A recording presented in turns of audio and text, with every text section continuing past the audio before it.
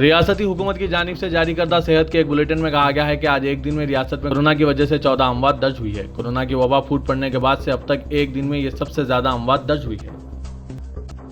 ریاستی حکومت کی جانب سے مساجد، شاپنگ مالز، ریسٹورنٹ اور ہوٹلوں کی کشادگی کے سلسلے میں احکامات جاری کر دیے گئے ہیں۔ حکومت نے GOMS 76 جاری کر کے مرکزی حکومت کے احکامات کے مطابق لاک ڈاؤن میں رعایت پر عمل کرنے کا اعلان کیا اور ان رعایتوں کا انحصار کورونا وائرس سے بچاؤ کے احتیاطی تدابیر پر ہوگا۔ حکومت نے 8 جون سے مساجد، درگاہوں اور دیگر مذہبی مقامات کے ساتھ شاپنگ مالز، ریسٹورنٹس اور ہوٹلوں کی کشادگی کا اعلان کر دیا ہے۔ احکامات میں صراحت کی گئی ہے کہ ان مقامات کی کشادگی کے بعد ماسک کے لازمی استعمال کے علاوہ سینیٹائزر کے استعمال اور صفائی کے اصولوں کا خیال رکھنا ضروری ہوگا۔ دونوں شہروں میں مساجد کی کشادگی کے احکامات کے باوجود کئی مساجد کی کمیٹیوں کی جانب سے مساجد میں داخلے کی عام اجازت فراہم نہ کرنے کے سلسلے میں اقدامات کیے جا رہے ہیں تاکہ کورونا وائرس کو پھیلنے سے روکا جا سکے۔ مرکزی حکومت کی جانب سے 8 جون سے مذہبی مقامات کی کشادگی کے فیصلے کے بعد ریاستی حکومت نے بھی اس سلسلے میں احکامات جاری کر دیے ہیں، لیکن شہر کی بیشتر مساجد میں لاک ڈاؤن کے دوران کی شرائط پر عمل جاری رکھنے کا اعلان کیا گیا ہے۔ شہر حیدرآباد کے علاوہ سکندرآباد کی کئی مساجد میں محدود تعداد میں ہی مصلیوں کو داخلے کی اجازت برقرار رکھی جا رہی ہے اور کہا جا رہا ہے کہ ریاستی اور مرکزی حکومت کی جانب سے مساجد کی کشادگی کے باوجود کچھ مدت کے لیے مساجد میں لاک ڈاؤن کے شرائط کے مطابق ہی مصلیوں کو اجازت حاصل رہے گی۔ مساجد کی کشادگی کے اعلان کے ساتھ ہی علماء اکرام کی جانب سے کافی غور و خوض کے بعد سماجی فاصلے کی برقراری کے ساتھ نماز کی ادائیگی اور دیگر احتیاطی اقدامات کے سلسلے میں فتویٰ جاری کیا جا چکا ہے، لیکن اس کے باوجود بعض مساجد میں احتیاط کے تقاضوں کو پورا کرنے لاک ڈاؤن کے شرائط کے ساتھ مساجد کی کشادگی کا فیصلہ کیا ہے۔ شہر حیدرآباد میں کورونا وائرس کے مریضوں کی بڑھتی ہوئی تعداد کو دیکھتے ہوئے نمس دواخانے کو کورونا وائرس کے مریضوں کے علاج کے لیے مختص کرنے کا فیصلہ کیا گیا ہے۔ حکومت تلنگانہ کی جانب سے جاری کردہ احکامات کے بعد محکمہ صحت نے فیصلہ کیا ہے کہ نمس ہاسپٹل میں ڈاکٹرز، اہم شخصیتوں کے علاوہ نیم طبی عملے کا علاج کیا جائے گا۔